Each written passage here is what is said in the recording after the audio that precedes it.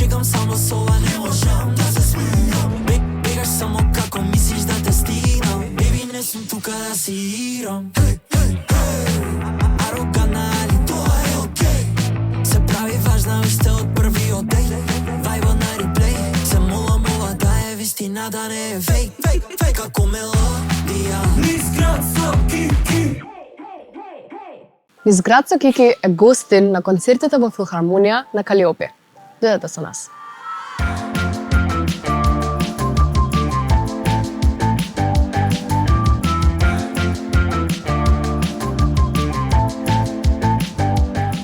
Како да се работи со музичка легенда како Калиопе сите овие години? Ние сме оние кои имаат привилегија животна. Да, го правиме ова што го правиме.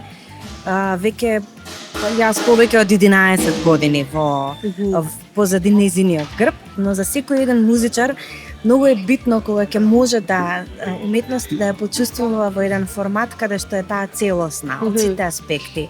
Прво каде имаш пејач кој што влече напред, кој што има визија и кој што знае точно што сака. Многу е лесно да бидеш во таков бенд и многу е убаво. Така да освен привилегија и дар од Бога, јас не знам како поинаку би го нарекла. Супер, фала ти многу.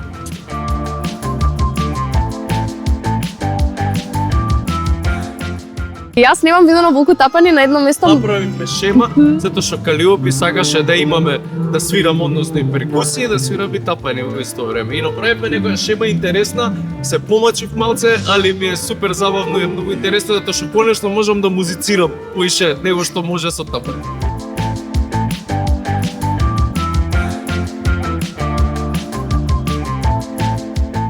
Во 1976 година имаш победено на Златното славејче со песната Мојата учителка. Токму така. Кажи ми како таа победа ја оформи 10 годишната Калиопе. Можеш да замислиш, јас немав ниту 10 години тогаш, 9,5 години имав, неполни 10, и до година замисли дека поминало од тој момент 50 години. До година ќе биде точно 50 години од тој настап. Знаеш во што најмногу ми помогна тој настап? Ми помогна да си го потврдам чувството со кое што всушност сум си била родена, дека сакам да бидам на сцена, дека сакам да го правам ова што до ден денес го работам.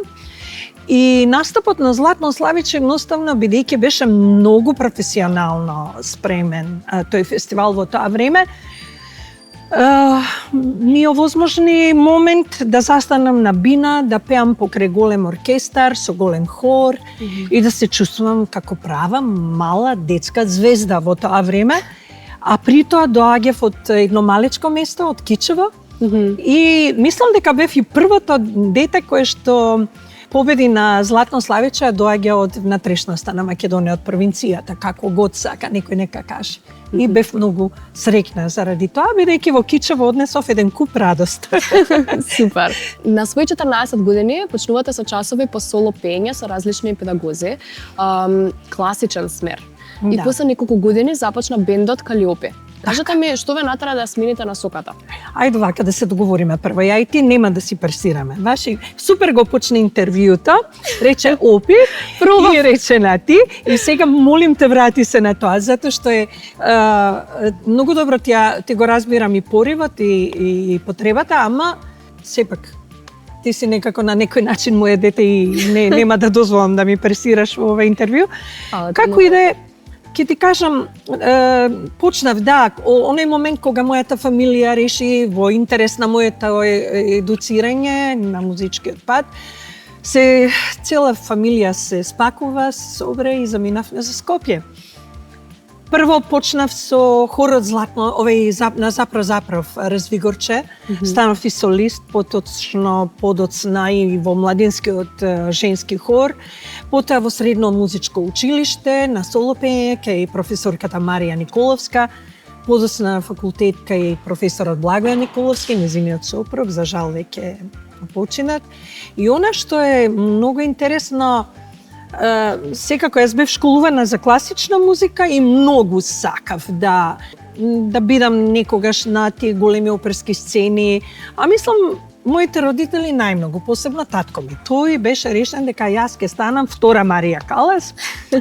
Ама имаше нешто што, како да ти кажам, ме провоцираше да направам нешто поинаку, ново, заради тоа што сметав дека Тоски има милиони и секогаш ти мораш да бидеш Тоска. Ти не можеш да бидеш тоа што ти сакаш во Тоска или во Травијат или и се. И како некој да ги слушна моите желби одгоре и топ на животниот пат ми го даде Ромео Грил.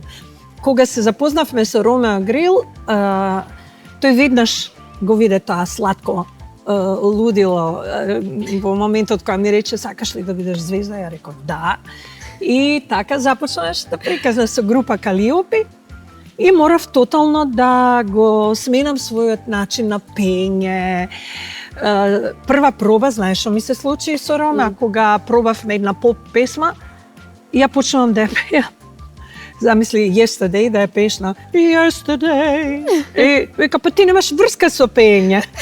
И се моравме од почеток, така да доста многу учев за импостација на глас во однос, значи која е разликата измеѓу класичното пење, во поп-рок музиката и така да сега можам да кажам дека ќарив од двете страни, ама денес сум она зашто навистина посакував да бидам и тоа е момент во животот кога мораш да решиш. Ќе бидеш тоа или ќе бидеш ова, јас се решив за ова. Да се навратам на Калиопи бендот, тој постоеше од 1984 до 1989 година и песните што сте ги направиле тогаш ден денес ние како млади ги слушаме. Значи Кофер љубави, Бато, значи скоро секој втор ден ги слушаме. А и Лео? Лео за кое што всушност ете ти како представник на една нова генерација осака да ја преработиш таа песна. И она што е најважно е дека ете гледаш како некои песни си живеат низ генерации до ден денес. Тоа е фасцинантно. Да. Како беше на тие години, значи на свој да кажеме 20 години да се соочиш со толку голема популарност во земја со 20 милиони жители?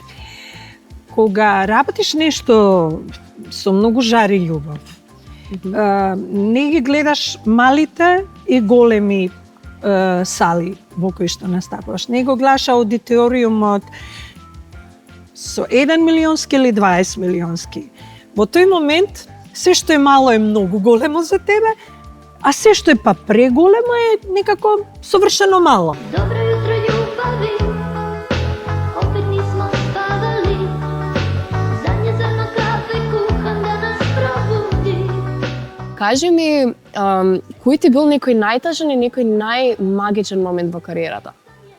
Ако можеш да издвоиш. Па, има сигурно моменти. Например, мене најтажен момент во мојата кариера, не толку во мојот живот, беше заминувањето на прераното заминување на Тоше Проески. Мислам дека тоа е нешто што најсилно ме има удрено. Имав чувство како да загубив свое дете. Ете таква болка почувствував во тој момент. И тоа не е само моја болка, тоа беше една колективна болка, еден колективен губиток. И мислев дека малку како нација ќе се свртиме кон тоа да се освестиме дека треба да си ги почитуваме вредностите додека се тука меѓу нас. И надежта се уште живее за такво нешто.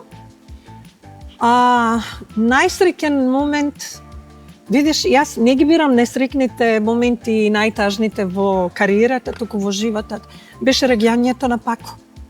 Да се навратиш од сега 30 години наназад. Добро. Дали би сменила нешто?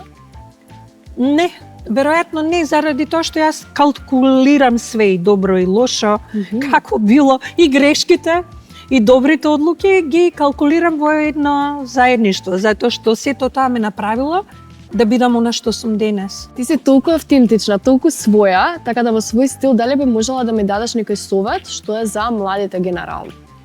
Обкружете се со што повеќе добри луѓе околу вас, реални, кои што нема да ви го зборуваат она што вие сакате да го чуете секогаш, да биде во полза на вашето високо мислење, туку оние кои што се спремни да ви ја кажат вистината, па и по цена да ги изгубите, да кажете не сакам веќе, ама тоа ќе ве научи дека ке мене, например, кршењето на егото, тоа беше најсилен момент.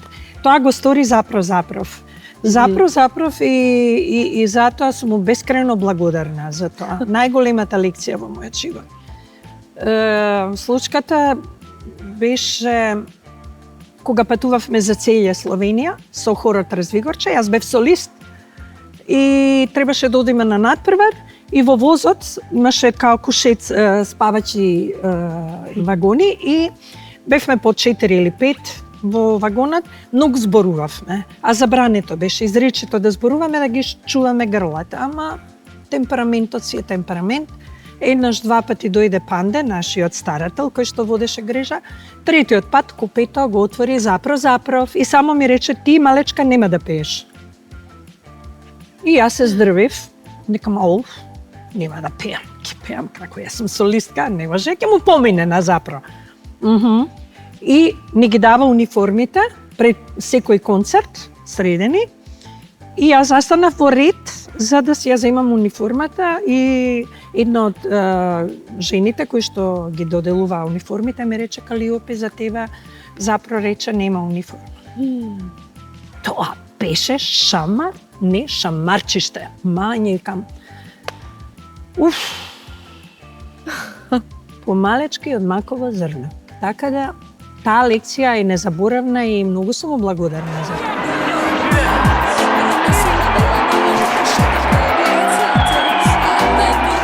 Многу од луѓето мислат дека меѓу твоите најемотивни песни е и Црно и бело. Добра. Во 2012 година со таа песна отида на Евровизија.